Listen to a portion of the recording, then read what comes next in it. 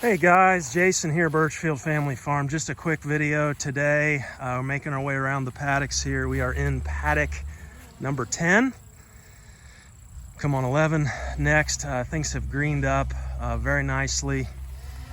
I wanted to show you today, this is our makeshift shade cloth here, shade sail, I think they call this. It's a triangle. I got Sam up in the sky there. He'll get us some overhead shots. But you know, you can see here cattle loving this thing. And I think we're 24 feet by 24 feet by 34 feet, 34 feet being the hypotenuse of that triangle there. And what we did was we sunk two, I believe these are 12 foot 4x4s, 10 or 12 foot, maybe 10 foot. And yeah, they are 10 foot. And then put these clips in. I believe the sail came with these clips, and then these turnbuckles, right? And so you can loosen and tighten it. And this thing took us all of 10 minutes to hang up. I didn't need a ladder to get to these two clips here, but then on this third one here, just got this rigged up.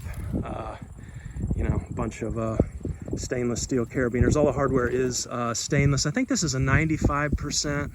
Blocks 95% of UV rays, but you can see if you needed one more reason to love sheep over cattle, which we do here. Sorry guys, sorry Pat. You know, sheep just, they're able to stay out. Really, our breed really, I have not really noticed them doing a whole lot of heat stress, even when we get real hot. You can see cattle, we'll pop up into the 80s here, and there's full sun. I mean, there's really no cloud cover, and so you can see just a little bit of drooling, not a whole lot, not a heavy heat stress. We wouldn't need this thing today. They'd be fine. We didn't have anything yesterday, but you know, keeping them a little more comfortable, that'll keep them a little more productive, and so letting them tuck under here. But I just had a guy here last night touring the farm, and he's looking at setting up paddocks and regenerative system. We were talking shade, and so I actually took a little video and sent this to him. But I thought, you know what, we should put this out there. I will link this shade cloth. I think it was 50 bucks maybe. Pretty simple, pretty cheap. Get your posts in the ground. I do not believe, I think we put sand in with those. I don't like doing concrete because they rot, it traps the moisture. But a little bit of gravel or sand, and let those posts settle out.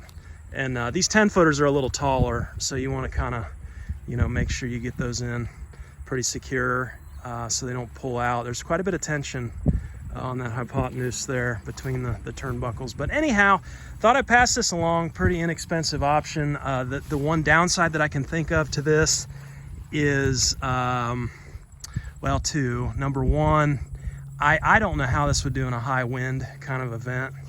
I think they're made to hold up. You got a seam there on the edge that supposedly will withstand some wind pressure, but I would not leave this thing up if we had, you know, a storm roll through or whatever. And the other thing is, make sure you store it away in a tote. We just put this thing in the barn, and you can see the mice got us there. You know, not a huge deal, but one of those things. So we'll put this thing in a tote and seal it up when we're not using it. But pretty happy with this. Went up, like I say, went up in 10 minutes, and just an easy, inexpensive solution. You guys know we've always struggled with shade out here in paddock 10, and normally, like on the last pass, what I did was I kept paddock 9 open to paddock 8. Well, if you look over here right now, look at this walnut tree. This is what we were relying on for shade.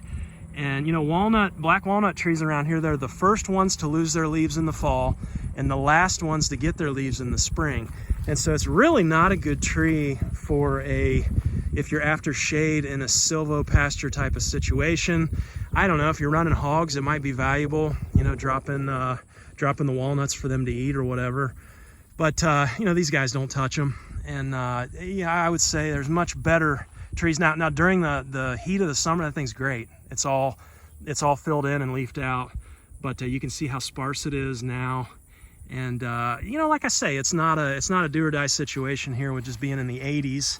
You know, nobody's gonna overheat too bad, but just getting them a little more comfortable. The other thing I don't like about letting them back into paddock 8 is that you get that pressure. You know, I'd rather keep them off that. We seeded that with our overwintering mix for the sheep, and come early spring, we'll put the sheep on that when they're very pregnant ewes, and they do very well in that overwintering mix. But I just don't want that extra pressure over there right now on that paddock. I want to keep them in here. And so, you know, this just gives us, you can run we ran our fence posts, you know, right down the fence line, right, and keep them on the other side, or go around them on both sides, I should say, with your hot wire.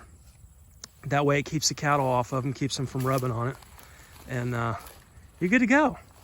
So good day out here on the farm. Hope you're well wherever you are. Be blessed and at peace today. We'll talk to you next time. Take care.